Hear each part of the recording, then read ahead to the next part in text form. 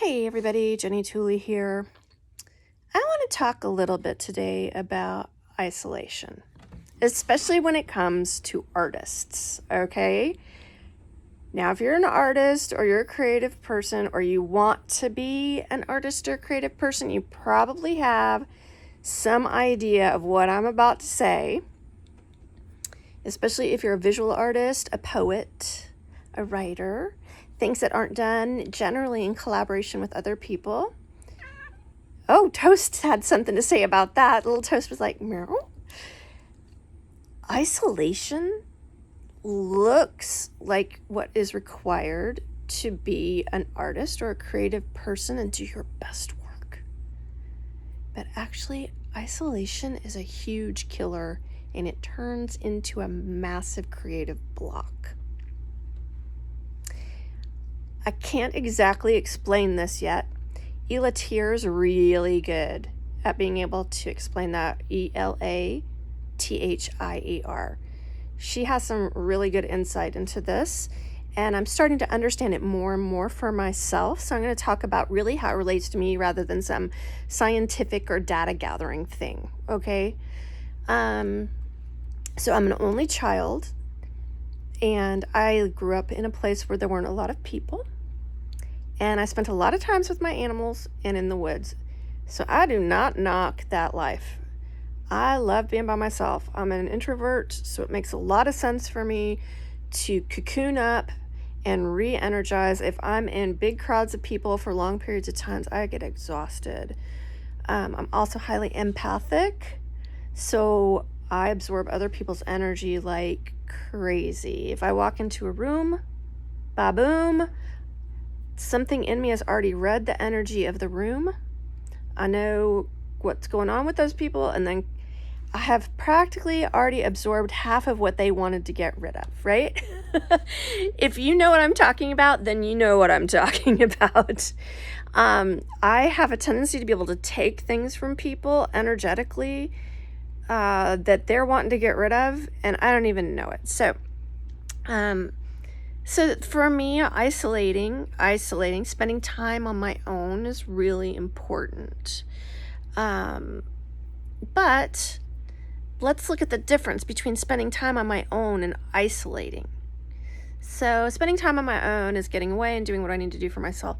Isolating is doing that all the time. It is not reaching out to people when I've got something going on, or being afraid to talk to somebody about something or enlist help, or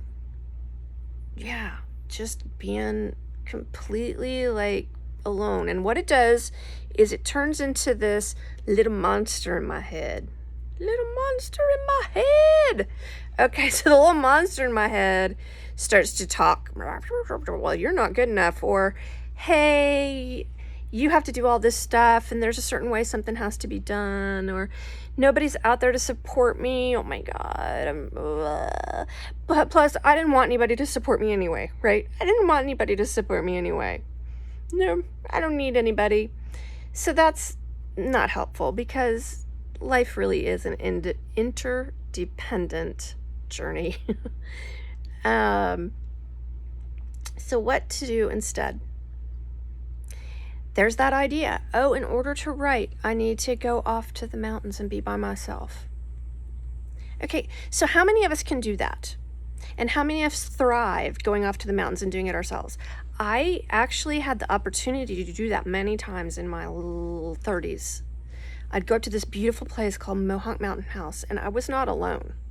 I was by myself, but there were people all around, and it was beautiful. There was nature, and I would just slam out like 30 to 60 pages of a script in just a few days. And for a long time, I thought, there's no way I can write another script without doing that. Well, it turns out I was wrong, right? Just doing a little bit a day, doing it in my life. I don't have the luxury of doing that right now. I was married to somebody who made enough money that could support both of us, and I could go do those things. Now I'm not. And so my time is split up differently, and most of our times are split up differently. So this whole thing, if I have to go to the mountains is just a beautiful way to self-sabotage. It's a great creative block. Then the isolation also leads to, I don't have anybody helping me think about things. Like, I don't have anybody to bounce things off of. Sometimes I need to talk to somebody and either talk about what's going on with me, because I need to get that cleared out of the way, right? Or what's going on with the script or the project or my creative work. I also need somebody to support me in understanding that my imperfection is perfect, and to celebrate with me, because I'm not a great celebrator. You may not believe that, but I do not rock the celebrations on my own part. To pause and say, okay, hey, I wrote that page, or I sat down and wrote for 10 minutes, or I went on an audition, or I played the piano for 5 minutes, or whatever it is that I accomplished that day. So isolation sucks, y'all. It's a killer. If you're struggling with isolation, I totally get it.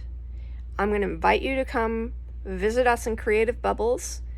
We do not judge. We have no feedback system in there. I do not care what you do in your creative bubble or what you don't do in your creative bubble. Everybody's there to support you in whatever it is that you need to do there for yourself. And for a lot of us, that's a really weird place to be, is to do what I want to do in that space, to give myself space to do what I want to do. And it doesn't have to be anything. So come on over to Creative Bubbles.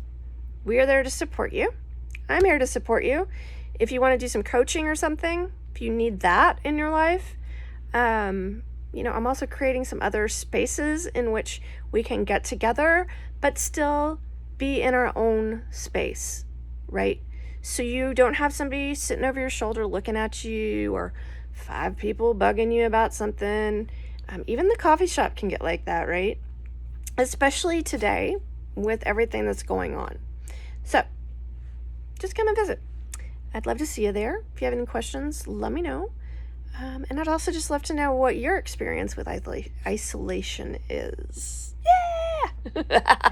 Okay, I'll see you later. Love you.